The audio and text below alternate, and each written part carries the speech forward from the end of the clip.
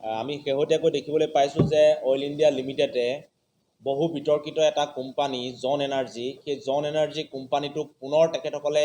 ৰিগৰ যি নিবিদা, সেই নিবিদা দিয়া প্ৰক্ৰিয়া নিশ্চিত হৈ পৰিছে বা দুটা ৰিগৰ নিবিদা লাভ কৰাৰ প্ৰক্ৰিয়া নিশ্চিত হৈছে। এতিয়া জন এনাৰ্জি হৈছে এনেকুৱা এটা বিতৰ্কিত কোম্পানী, বাগজান কাণ্ডৰ ঘটনাৰ কথা আমাৰ সকলোৰে মনত এতিয়াও আছে। প্ৰায় 175 দিনৰো অধিক,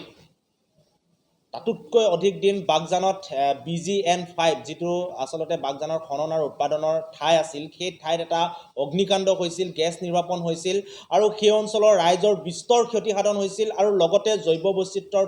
ভঁৰালস্বৰূপ মাগুৰী মতাপুং বিল আৰু ডিব্ৰু চৈখোৱাৰ যথেষ্ট ক্ষতিসাধন হৈছিল আৰু সেই সময়ত ৰাইজৰ জীৱন সম্পত্তিৰ সুৰক্ষা নোহোৱা হৈছিল, জীৱন সম্পত্তি ধ্বংস হৈছিল আৰু এই গোটেই কাণ্ডটোৰ মূল খলনায়ক আছিল সেই জন এনাৰ্জি নামৰ কোম্পানীটো। আৰু সেই জন এনাৰ্জি নামৰ কোম্পানীটোৰ ভুলৰ কাৰণে তেখেতসকলে যি ধৰণে আচলতে সজাগতামূলকভাৱে কাম কাজখিনি কৰিব লাগিছিল, তাত কিছু পৰিমাণে ত্ৰুটি ৰৈ যোৱাৰ কাৰণে সেই সময়ত গোটেই অগ্নিকাণ্ডটো সংঘটিত হৈছিল বুলি অইল ইণ্ডিয়া লিমিটেডেও প্ৰকাশ কৰিছিল আৰু জন এনাৰ্জি কোম্পানীয়েও সেই সময়ত দায়িত্ব স্বীকাৰ কৰিছিল। পৰৱৰ্তী সময়ত অইল ইণ্ডিয়া লিমিটেডে সেই জন এনাৰ্জি কোম্পানীটোক ব্লেক লিষ্টেড কৰিছিল আৰু তেখেতসকলক কৈফিয়ত তলব দিছিল, অৰ্থাৎ চৌকছ নটিচ দিছিল আৰু কাৰণ জনাবৰ বা কাৰণ দৰ্শাবৰ কাৰণে তেখেতসকলক নটিচ দিছিল। আৰু পৰৱৰ্তী সময়ত আমি দেখিবলৈ পালোঁ যে সেই অগ্নিকাণ্ডই সেই সমস্ত অঞ্চলৰ বিস্তৰ ক্ষতিসাধন কৰিলে, অইল ইণ্ডিয়া লিমিটেডক যথেষ্ট পৰিমাণে ক্ষতিসাধন কৰিলে। প্ৰায় 450 কোটি টকা অইল ইণ্ডিয়াই সেই অঞ্চলৰ ৰাইজক ক্ষতিপূৰণ দিব লগা হ'ল। এতিয়াও বাগজানবাসী ৰাইজে উচিত ক্ষতিপূৰণ পোৱা নাই। বহু লোকে ক্ষতিপূৰণৰ কাৰণে তেখেতসকলে সংগ্ৰাম কৰিবলগীয়া হৈছে। বহুতে অৰ্থনৈতিকভাৱে তেখেতসকলৰ ভেটি ভাঙি তছনছ কৰি দিছে আৰু জৈৱ বৈচিত্ৰ্যৰ প্ৰতি এক ভাবুকি কঢ়িয়াই আনিলে অইল ইণ্ডিয়া লিমিটেডৰ এই গোটেই ঘটনাটোৱে। আৰু 175 দিনৰো অধিক জুই লগা এই কাণ্ডটোত জড়িত এই মূল খলনায়ক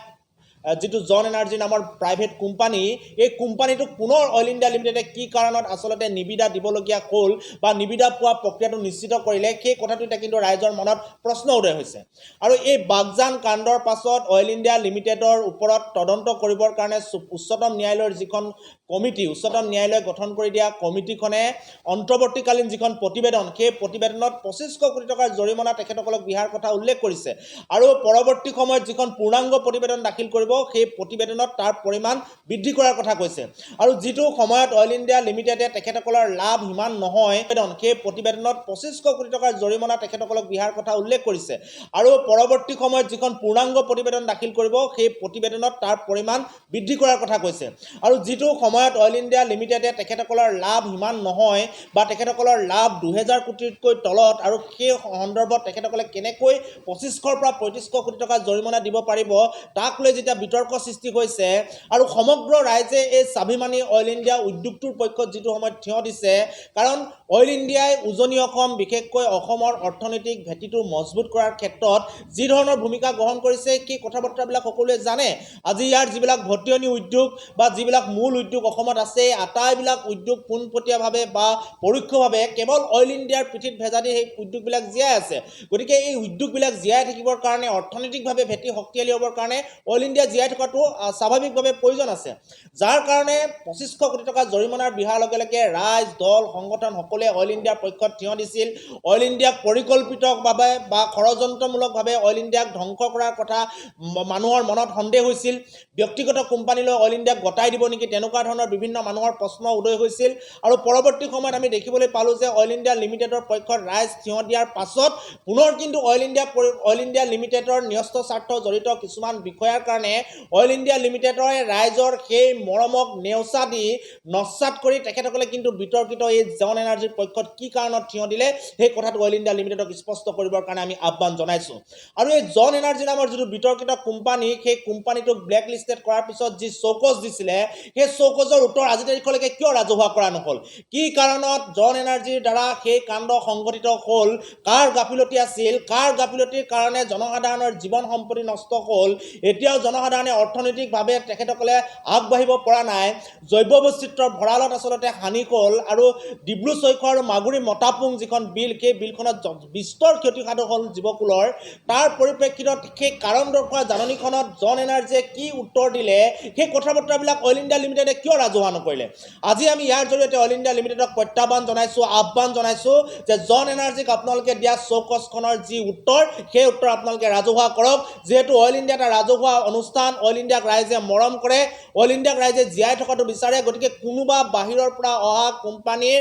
বা কোনোবা বিষয়াৰ ন্যস্ত স্বাৰ্থ জড়িত কাৰণত অইল ইণ্ডিয়া লিমিটেড কেতিয়াও ধ্বংস হ'ব নোৱাৰিব এই কথাটো স্পষ্ট গতিকে জন এনাৰ্জিয়ে কি উত্তৰ দিলে সেই উত্তৰ অতি শীঘ্ৰে ৰাজহুৱা কৰক এসপ্তাহ সময় আপোনালোকক বান্ধি দিয়া হৈছে এসপ্তাহৰ ভিতৰত কিন্তু জন এনাৰ্জিয়ে যি কাৰণ দৰ্শালে সেই কাৰণ দৰ্শোৱা জাননী আপোনালোকে কিন্তু ৰাজহুৱা কৰিব লাগিব ইয়াৰ লগে লগে আমি ভিতৰুৱা তথ্য অনুসৰি আমি গম পাইছোঁ যে জন এনাৰ্জিয়ে ৰাজহুৱা কৰিব লাগিব ইয়াৰ লগে লগে আমি ভিতৰুৱা তথ্য অনুসৰি আমি গম পাইছোঁ যে জন এনাৰ্জিয়ে যিমানবিলাক কাণ্ডত জড়িত হৈছিল বা তেখেতসকলৰ যিমানবিলাক ভুল আছিল সেই ভুলবিলাক পোনপটীয়াভাৱে অইল ইণ্ডিয়াই নিজৰ গাত পাতি লোৱাৰ অভিযোগ আহিছে আৰু এই তথ্য আমি 100% শুদ্ধ বুলি ক'ব পাৰোঁ